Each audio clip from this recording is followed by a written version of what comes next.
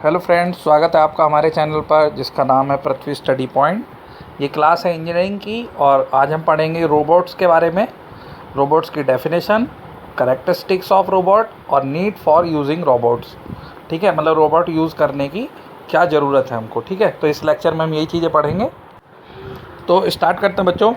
Robot क्या होते हैं? देखिए, ज़्यादातर बच्चे सभी ने रोबोट देखे हैं, मूवीज़ में भी देखे हैं। ठीक है, तो रोबोट आप देखते हैं कि एक इस तरीके की डिवाइस होती है जो किसी दिए गए प्रोग्राम के इंस्ट्रक्शन को फॉलो करके और लाइक ए ह्यूमन, एक ह्यूमन की तरह ही एक्टिविटी करती है। ठीक, अगर मैं इसको इंजीनियरिंग के टर्म में समझाऊं तो जैसे सीएनसी मशीन होती है हमारी, कंप्यूटर न्यूमेरिकल कंट्रोल मशीन। तो हम सीएनसी मशीन से किसी भी मशीन को कंट्रोल करते हैं, चाहे लेथ मशीन हो, ड्रिलिंग मशीन हो। ठीक है, यानी कि हम उसकी प्रोग्रामिंग को कंट्रोल करते हैं कंप्यूटर की हेल्प से। रोबोट भी एक तरीके से ऐसी ही मशीन है, लेकिन थोड़ी और ज़्यादा एडवांस है। ठीक है, यहाँ पे सेंसर लगे होंगे, एक्ट्यूएटर लगे होंगे। ठीक है, तो यहाँ पे और थोड़ा ज़्यादा एडवांस है। ठीक है, जिसे हम आर्टिफिशियल इंटेलिजेंस भी बोलते हैं। तो रोबोट में क्या चीज़ होती है? एक तरीके की मशीन ही है जो इसमें भी प्रोग्राम फीड होंगे और वो दिए गए टास्क को कंप्लीट करेगा। ठीक है, तो यहाँ रोबोट की एक डेफिनेशन दी है, basic definition: an automatic operators और device that performs function ordinarily ascribed to humans or operates with what appears to be almost human intelligence। मतलब कोई भी मशीन जो दिए गए प्रोग्राम ऑफ इंस्ट्रक्शन जो भी उनको दिए गए हैं उनके अकॉर्डिंगली टास्क को पूरा करती है, वो भी किस तरीके से? जैसे ह्यूमन करते हैं। ठीक है, मतलब एक जैसे अगर ऑपरेटर वर्क करेगा, मैन, बिल्कुल सेम उसी वे में रोबोट की जो आर्म होगी, रोबोटिक आर्म हो सकती है, फुल मशीन हो सकती है, तो वो भी एक इंसान की तरह ही वर्क करे, उसको हम रोबोट बोलते हैं। ठीक है, तो रोबोट्स हमारे कई तरह के होते हैं, लेकिन जो हमें यहाँ पढ़ने हैं वो हमें इंडस्ट्रियल रोबोट पढ़ने हैं जो इंडस्ट्री में हेल्प करे। ठीक है, बाकी अदर फील्ड में जो रोबोट यूज़ हो रहे हैं वो हमें इंजीनियरिंग में नहीं पढ़ने हैं। तो हम मैकेनिकल इंजीनियरिंग में क्या पढ़ रहे हैं? हम अपने इंडस्ट्री के बारे में पढ़ रहे हैं। ठीक है, तो इसकी एक और डेफिनेशन है कि the definition given by the robotics institute of America is as follows: a robot is a reprogrammable multifunctional manipulator designed to move material parts, tool or specialized devices through a variable programmed motion for the performance of a variety of a task। ठीक है, तो इसकी definition में देखिए बच्चों, एक एक word का मीनिंग है। जैसे रीप्रोग्रामेबल, इसका मतलब ये है कि आप रोबोट को क्या है, रीप्रोग्राम कर सकते हो। आपने उसको जो भी टास्क दिए हैं, ज़रूरत पड़ने पर आप उसको चेंज कर सकते हो। ठीक है, multi functional manipulator, multi functional मतलब आप उसी आर्म से या रोबोट जो बनाया है आप उससे कई सारे फंक्शन पूरे कर सकते हो। ठीक है, तो उसका मैनिपुलेटर उस तरीके का होना चाहिए। डिज़ाइन टू मूव मटेरियल, वो मटेरियल को मूव करने के लिए हो सकता है, पिक एंड प्लेस हो सकता है, किसी तरीके की मैन्युफैक्चरिंग ऑपरेशन कर सकता है। आपको पता है ना, रोबोट जैसे स्प्रे भी करते हैं, स्प्रे पेंट करते हैं, वेल्डिंग भी करते हैं, कटिंग भी करते हैं, तो वो हम किसी भी तरीके का उसको बना सकते हैं। Tools are specialised device through variable program motions, और उनको डिफरेंट टाइप के मोशन जो हम आगे पढ़ेंगे, वो डिफरेंट टाइप के मोशन उनको दिए जाते हैं। ठीक है, तो ये चीज़ें हैं। दूसरी बात, रोबोट जो है बच्चों वो मैकाट्रॉनिक्स के अंदर आता है। मैकाट्रॉनिक्स क्या होती है? जैसे आप समझ रहे हो कि रोबोट में तीन मेन प्रोग्राम होते हैं। एक मैकेनिकल जो उसका पार्ट हो गया, हार्ड पार्ट। एक हो गया इलेक्ट्रॉनिक्स पार्ट जो भी उसके क्या कहते हैं, सर्किट के हो गए। ठीक है, और एक हो गया सॉफ्टवेयर का। तो मैकेनिकल, कंप्यूटर और इलेक्ट्रॉनिक्स, इन तीन ब्रांचों को मिला के मैकाट्रॉनिक्स बनाई गई है। उसी ब्रांच का ये प्रोडक्ट है रोबोट, लेकिन इसे मैकेनिकल इंजीनियरिंग में भी पढ़ाया जाता है, सिर्फ एक इंट्रोडक्शन के तौर पे। ठीक है, नेक्स्ट है इंडस्ट्रियल रोबोट्स। देखिए, इंडस्ट्रियल रोबोट अभी मैं आपको बता रहा था कि हमें तो इंडस्ट्रियल रोबोट से मतलब है कि जो इंडस्ट्री में यूज़ होते हैं वो इंडस्ट्रियल रोबोट हैं। An industrial robot is defined as by ISO। तो इसकी एक डेफिनेशन है: an automatically controlled reprogrammable multipurpose manipulator programmable in 3 और मोर एक्सेस। मतलब एक ऐसा मैनिपुलेटर। ठीक है, मैनिपुलेटर क्या चीज़ है बच्चों? यहाँ पे एक तरीके का आर्म है। आर्म मत समझते हो ना आप? रोबोटिक आर्म, भुजा जैसे हाथ होते हैं हमारे, तो वो देखते हो ना आप, हम अपने हाथ को कैसे करते हैं? हम हाथ को 3 डायरेक्शन में मूव कर सकते हैं। ठीक है, और उससे हम पिक कर सकते हैं, धक्का दे सकते हैं। तो ये हमारे हाथ में कैपेबिलिटी होती है। ऐसे ही रोबोटिक आर्म में कैपेबिलिटी होती है कि उसमें मोशन भी होना चाहिए और क्या कहते हैं, डिग्री ऑफ फ्रीडम भी होनी चाहिए कि मूवमेंट हो सकती है, आगे हो सकता है, पीछे घूम सकता है, गोल घुमा सकते हैं। तो ऐसे ही लिखा है: automatically control reprogrammable multipurpose manipulator programmable in 3 और मोर एक्सिस, 3 या उससे ज़्यादा एक्सिस में अगर मूवमेंट हो सके, टास्क हो सके, ठीक है, तो वो इंडस्ट्रियल रोबोट है। और एक और डेफिनेशन है कि रोबोट इज़ अ मशीन और equipment system that contain sensor, control system, manipulator, power supply and software, all working together to perform an industrial task. Robot एक ऐसी मशीन है जिसमें सेंसर होंगे, कंट्रोल सिस्टम होगा, ठीक है, मैनिपुलेटर होंगे, पावर सप्लाई होगी और सॉफ्टवेयर होंगे, और ये सब मिलके एक टास्क को कंप्लीट करेंगे जो भी इंडस्ट्री में उसे दिया जाएगा, ठीक है। तो इसको हम इंडस्ट्रियल रोबोट बोलते हैं।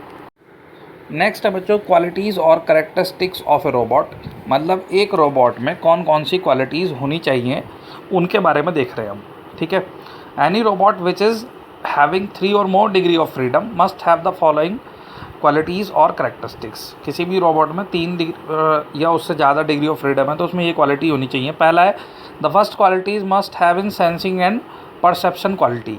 तो इसमें क्या चीज़ है, मतलब जो भी आपकी रोबोटिक आर्म है, जो अपने रोबोट बनाया, उसमें सेंसिंग की कैपेबिलिटी होनी चाहिए, मतलब सेंसर ज़रूर होने चाहिए, चाहे वो विज़न सेंसर हो, टच सेंसर हो, ठीक है, इस तरीके के सेंसर होने चाहिए। जैसे तो इन सेंसर की हेल्प से जो रोबोट है वो ह्यूमन आर्म की तरह काम करता है ना। मान लो जैसे कोई हम ऑब्जेक्ट पिक एंड प्लेस का भी बनाते हैं तो उसमें क्या हम सेंसर लगा देते हैं कि जैसे ही कन्वेयर पे मान लीजिए कोई सामान आएगा तो रोबोट के सामने जैसे ही वो आएगा वो आर्म नीचे जाएगी और उसको उठा लेगी। तो ये विजन सेंसर पे काम करते हैं, ठीक है। लाइट सेंसर होते हैं, अलग अलग तरह के सेंसर होते हैं जिससे रोबोट के आर्म को एक ह्यूमन के आर्म की तरह काम करने वाला बनाया जाता है, ठीक है। This quality means the robot must have ability to get information from its surrounding environment. दूसरी चीज़, जब उसमें सेंसर लगे होते हैं तो वो फीडबैक लेने का काम भी करते हैं, ठीक है, कि उसको क्या फीडबैक मिल रहा है इन्वायरमेंट से। सेकंड क्वालिटी क्या है कि is that it must be able to carry out different task in almost similar fashion as the human can do. दूसरी क्वालिटी ये है कि इसमें वैसी ही कैपेबिलिटी होनी चाहिए जैसे एक इंसान कर सकता है, ठीक है। अब इंसान में मतलब फीलिंग वाले पार्ट को छोड़ के बच्चों, है ना, उस पर नहीं जाना है, मतलब काम करने की एबिलिटी, जैसे काम ह्यूमन करते हैं उसी तरीके से। मान लो अगर उसको हवा भरने का काम दिया हमने या पेंट करने का काम दिया है तो वो वैसे ही पेंट करे जैसे इंसान करता, बल्कि उससे भी बेटर करे, ठीक है। थर्ड है the third quality is that the robot must be reprogrammable. ये जो क्वालिटी है बहुत ज़रूरी है, रीप्रोग्रामेबल। जैसे CNC मशीन होती है, ज़रूरत पड़ने पे प्रोग्राम को चेंज किया जा सके ताकि वो एक ही मशीन आपके डिफरेंट टाइप के काम को पूरा कर सके, ठीक है। इसी वजह से जब वो रीप्रोग्रामेबल होता है, इसी क्वालिटी के कारण ही वह बहुत सारे काम को कर पाता है, ठीक है। फोर्थ क्वालिटी क्या है इसकी, it must be able to interact with the human, मतलब ह्यूमन से वो इंटरेक्ट कर सके। अब इंटरेक्ट करने का मतलब ये नहीं है कि वो बात कर सके, इंटरेक्ट करने का मतलब ये है कि हम जो इंस्ट्रक्शन दे रहे हैं वो ईजिली उनको फॉलो करे, ठीक है। और हमारी कमांड को जो भी ऑपरेटर उसको दे रहा है कमांड, चाहे वो प्रोग्राम के थ्रू या कंप्यूटर के थ्रू, वो उसको फॉलो करे, उसको वायलेट ना करे, मतलब उसका विरोध ना करे और उससे बाहर ना जाए कमांड से। जो उसका ऑर्डर दिया जाए वही उसको वो फॉलो करे, ठीक है। फाइनल में एक बात लिखी कि देयरफॉर एनी मशीन और इक्विपमेंट विच पजेसेस अबव 4 क्वालिटीज़, कोई भी मशीन जो ये 4 क्वालिटीज़ को कंसिडर करेगी उसको हम रोबोट बोलेंगे, ठीक है ना। तो मतलब उसमें सेंसिंग कैपेबिलिटी ज़रूर होनी चाहिए, दूसरा वो ह्यूमन की तरह काम करे, तीसरा वो रीप्रोग्रामेबल हो, प्रोग्राम उसके चेंज किए जा सकें, और फोर्थ है कि वो ह्यूमन के साथ इंटरेक्ट कर सके। तो जिसमें भी ये 4 क्वालिटी होंगी हम उसको रोबोट बोलेंगे, ठीक है बच्चों। नेक्स्ट टॉपिक है बच्चों नीड फॉर यूजिंग रोबोट, मतलब हमें रोबोट यूज़ करने की नीड क्यों है, क्यों ज़रूरत पड़ी हमें रोबोट यूज़ करने की। तो उसके पीछे बहुत सारे आंसर हैं। एक तो ये है, आप पहले भी जानते हो कि जो ह्यूमन होते हैं वो एक फ्रीक्वेंसी पे काम नहीं कर पाते, दूसरा वो थकते भी हैं, ठीक है। तीसरा जो सबसे इम्पॉर्टेंट है कि कुछ काम ऐसे होते हैं जो ह्यूमन के लिए करना इम्पॉसिबल होता है। इम्पॉसिबल तो नहीं कहेंगे, पॉसिबल तो है, लेकिन उनकी हेल्थ को रिस्क होता है। जैसे एक सबसे मतलब सिंपल एग्जांपल है, वो है पेंट शॉप। अब पेंट शॉप जो होती है जहाँ पे पेंट होता है, तो आपको पता है जब पेंट होता है स्प्रे पेंट, तो बहुत सारा पेंट उड़ता है उसमें, तो वो ह्यूमन के हेल्थ के लिए बहुत हार्मफुल है, ठीक है। तो इसलिए जो पेंट एरिया है वहाँ पे मोस्टली रोबोट्स का यूज़ किया जाता है ना। तो ऐसे बहुत सारे प्लेस होते हैं जहाँ पे काम करना ह्यूमन ऑपरेटर के लिए आसान नहीं है, तो वहाँ पे रोबोट का यूज़ किया जाता है, ठीक। तो अब इसके वही हम कुछ पॉइंट्स देखेंगे यहाँ पे इसमें जब पहला है कि robot can build with performance capabilities superior to those of human being in terms of strength, size, speed, accuracy and repeatability. तो यही इसका मतलब है कि रोबोट जो है कई मायने में ह्यूमन ऑपरेटर से बेस्ट होता है। जैसे कि स्ट्रेंथ हो गया, भाई ऑपरेटर तो 8 घंटे ड्यूटी करके थक जाएगा, रोबोट थोड़ा ना थकेगा। चाहे वो साइज़ को लेके हो सकता है, स्पीड, उसकी स्पीड बरकरार रहेगी और वो एक्यूरेसी से काम भी करेगा। और रिपीटेबिलिटी, अगर रिपीट का भी कोई काम है तो वो ऐसा नहीं है कि पहली बार में कुछ और फ्रीक्वेंसी पे किया था, दूसरी बार कुछ और फ्रीक्वेंसी पे करेगा, उसकी फ्रीक्वेंसी सेम ही रहेगी, उसमें कोई चेंजेस नहीं आएगा। ठीक है।